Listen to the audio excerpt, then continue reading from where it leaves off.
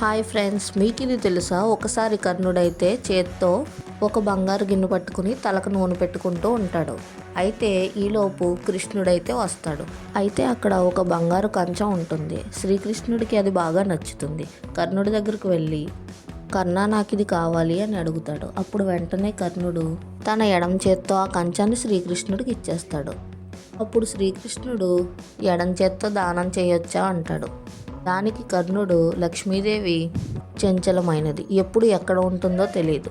తర్వాత యముడైతే దయలేనివాడు, నేను ఈలోపు ఒకవేళ చనిపోతే ఈ దానాన్ని పూర్తి చేయలేను కదా, అందుకే నా కుడి చేయిని కడుక్కోకుండా ఎడం చేత్తో ఇస్తున్నాను కృష్ణ అని అంటాడు. అప్పుడు కృష్ణుడు, నీ దానగుణానికి మెచ్చుకుంటున్నాను, నీకేం కావాలో కోరుకో అని అంటాడు. అప్పుడు కర్ణుడు, నాకు ఎప్పుడూ దేహి అనే పరిస్థితి రాకుండా ఇంకా నేను ఎప్పుడూ దానం చేసే స్థితిలో ఉండాలని కోరుకుంటాడు. ఇన్ఫర్మేషన్ నచ్చితే సబ్స్క్రైబ్ అయితే చేసుకోండి.